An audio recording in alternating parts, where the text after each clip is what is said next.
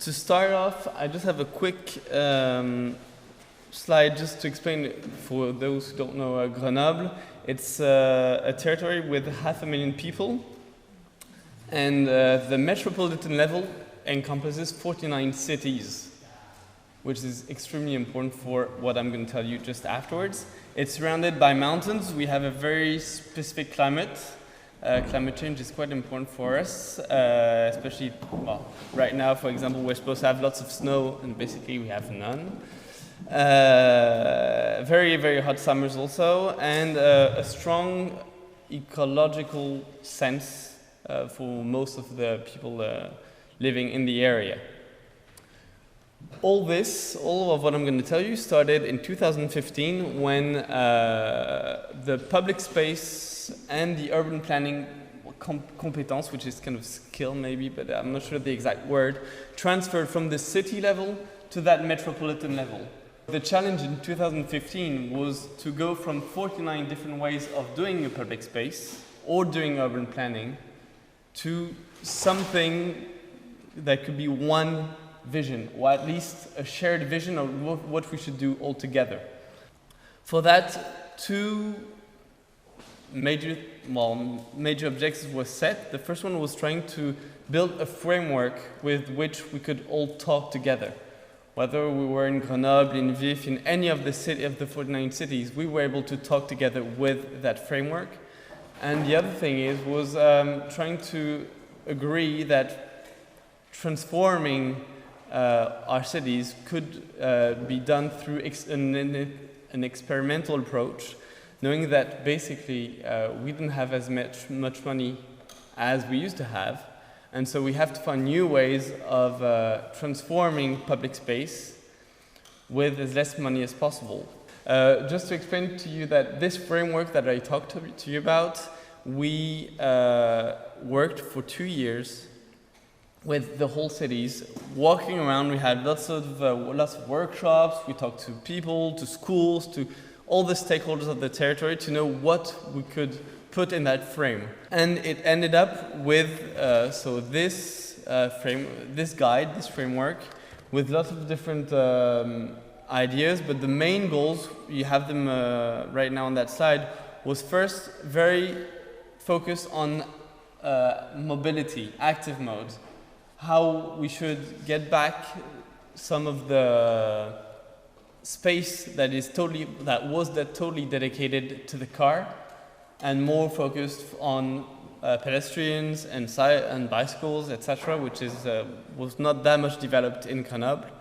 To have a more livable and healthy public space, it echoes kind of one of the presentations we had this morning on health, which is very important aspect for us. Central place for nature and climate change adaptation. Cultivate the neighborhood's diversity, because when you talk about 49 cities, and you have Grenoble, which is a very dense mineral city, but in that metropolitan level, you have the smallest of the 49 cities has 80 inhabitants. And you have some cities that are in a very mountainous regions, so lots of snow, not easily accessible, and you have Grenoble, which is extremely dense. So you have very diversified. I'm missing the English name, but a territory. And the last one, but it's very important to see that it stuck out from the discussions, was doing better quality with less. This guide that we didn't want to have a huge guide with 200 pages. So what we have are very concrete set of booklets explaining how we should think the public space all around the metropolitan level. I won't go into further detail on that because I'd like to focus on one experience which is right now happening in Grenoble, which is in Vif. So Vif is a small city south of the metropolitan level. And what we tried to do is to think of a new way to plan public space.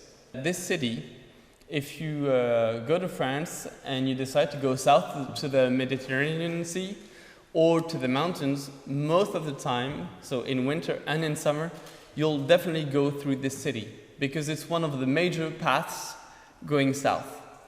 And so you have a number of cars, which is just incredible. So a city which has trouble having a real dynamic center of city, and because you have just cars passing by all the time. So what we decided to do is to do a three-step, use 3 steps. The first one was trying to work on modeling. So we worked with actually a Swiss expert, which is Sonia Lavadino, for those who know her, which she really loves doing modeling, and it works extremely well to try to be creative, to try to forget for 1 second what's just not possible to do. Because basically when we started talking to politicians, when we started talking to citizens, and asking them how we could transform the center of the city, the first answer was, yeah, but it's just not possible. We have just a flood of cars passing by all the time. It's not possible to change. So just forget that for a second, and we had a few workshops on modeling. And for politicians, for citizens, for civil servants, that works actually really well, believe me. It gives really interesting things. So we started with those sessions. This is the center of the city, and as you can see, ideally you would go all the way that long street and in all this area. But if you start renovating all this public space, it's millions and millions of euros that you would have to spend. Impossible. So the idea was acupuncture, thinking where should we put the money on that neighborhood to try to trigger new uses and to help creating that effect that would probably be the same if we did the whole street or whole streets. And so the work we did was walking around, modeling, and we concluded that we had to work on those specific areas. And if we managed to invest on those areas, we would probably trigger the new uses that we planned in the beginning. So the way we worked is the second step, the 48-hour challenge, was to say we did some modeling, but really it wasn't really drawings. We asked a landscape architect to join us, and basically the 48-hour challenge was for half a day. We all met up with her, and we gave her all the information that we had, all the modeling that we had, all the information we gathered from schools, and she just wrote everything down. And the next day, she had 24 hours to draw whatever she thought would be the most interesting with what she heard the day before, for the half a day. And the next morning, she had to come back in front of everybody and explain and show all the drawings she did. So what it produced, for example, that area, which was very important for us, what she did in 24 hours, and believe me, at the time when we proposed that challenge, she really hesitated before saying yes, because she didn't see how in 24 hours she could actually do that kind of work. And that's what she did, from what she heard from everybody, from the modeling. And so from this 48-hour challenge, what it did was it motivated the politicians, it motivated mostly everybody to say, hey, well, we really need to do something in that area, and it's possible. Now the question is, what's the next step? How can we actually go into making what we started seeing in drawing? And so the third step was transforming those ideas into reality. And so last summer, so 2019, we worked with another team, 2 local teams, to transform the drawings you saw, those are only a few, into a project that we would be able to implement next April. And so we did again some guided observation workshops. We produced actually a movie, but I don't really have time to show it. With local businesses, with the schools, with politicians, to try to see more specifically what should be done. We had some design workshops, we had some technical meetings. Total, it's 183 hours spent in just brainstorming and talking to people and working outside, walking in the streets. And it ended up, and that's what's going to be done in April, so it's really concrete.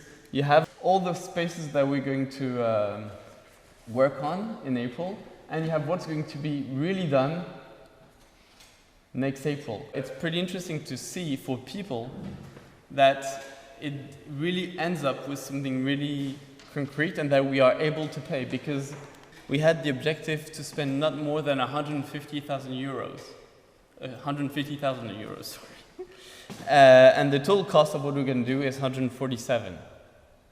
So the objective is achieved on that side, and it's not that expensive when you know the area covered. So we'll see what it triggers. Will it really trigger the uses that we aim? This is why on top of the evaluation and on top of the project that I showed you, we have an evaluation and monitoring methodology, which is going to be put in place before, during, and after that experimentation to see what it triggers. So maybe it won't work, maybe it'll just work so well, we'll just continue on those areas, but we'll see.